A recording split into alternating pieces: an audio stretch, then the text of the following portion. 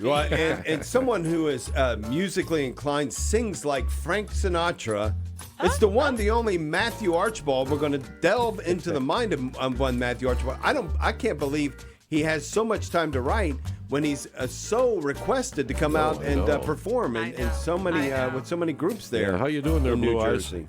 Oh, yeah. Woo. I sound more like Tom Waits than Nick Cave, sadly. Good morning, I thought you were going Matthew. to say Bob Dylan. But that's where that's my time frame.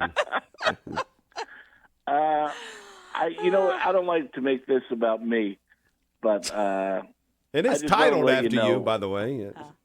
I am sick today. I'm sorry to hear I that. have a bit of a cold. Well, I'm just sorry. letting you know. I have a bit of a cold, but my family is not rallying around me. They took my daughter to college today and just left me all alone with a cold. Oh, man. Have you called 911? Yeah, right. Yeah. At least did they send chicken soup? I mean, did they leave some of that for you? You know.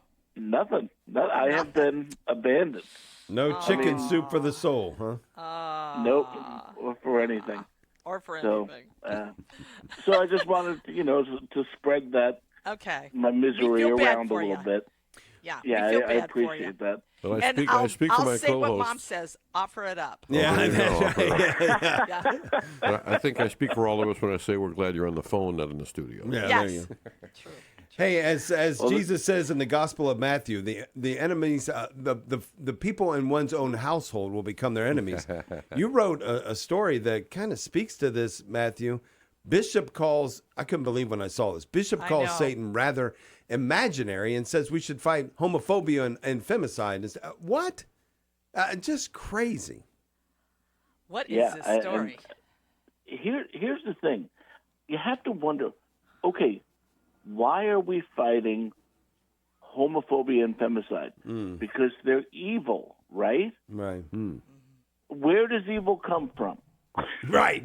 Yeah. It just makes you wonder, like, where's the thinking going on here? And also, where's the higher ups in the church, calling this person out and saying, we have to fix this, because this stuff gets out there and it gets promulgated, and no matter what you say about Pope Francis, he was very, very clear on evil and Satan. Yeah, the existence of, Yeah. Being very, very real. And, that's what they say. The greatest trick Satan ever pulled was making us believe he didn't exist. And that's the thing. So many young people today are so lost right now. And they've rejected materialism, but they've gone towards Wicca or New Age or the occult. And that stuff is not dangerous because it's a waste of time. That stuff is dangerous because if you call out into the darkness, something will respond. And this Brazilian bishop saying stuff like this makes it seem like it's just a harmless hobby. It's not a harmless hobby. It is so detrimental and so dangerous for people to reach out into the occult and New Age and Wicca, precisely because God has enemies. We know this. God, Christ had enemies, and they are not all visible. We know this. We hold this to be true. And for a bishop to say something like this is so dangerous. And it amazes me. It was in response to an archbishop who actually dedicated the archdiocese to St. Michael. So it's like, well, at least we got a good archbishop, I guess. Right. Wow. And that's anybody who's been like 101 on how not to get a promotion. Yeah, right. Yeah. And anybody who's paying attention, I mean, this is a Brazilian bishop. There are a lot of serious issues going on in Brazil right now that the Catholic Church is very involved in hoping to overturn. The populace going a bit of a different direction, as are the courts there. But my goodness, when you have a bishop coming, this is exactly what he said. I want to make sure people hear this. This bishop said, "Are there theological justifications for consecration to Saint Michael? Isn't the devil we fight against rather imaginary?" Mm-hmm.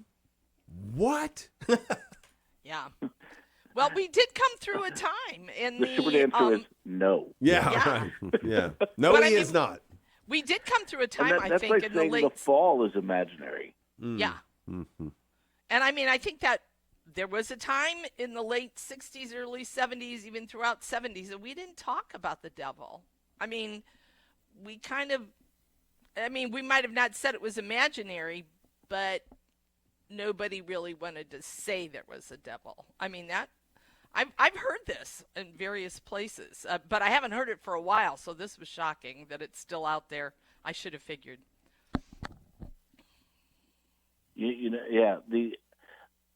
what are all these exorcists doing, and what are all these people doing that are oppressed and maybe even possessed? It cuts them off. It's just that's all rather imaginary. Mm-hmm.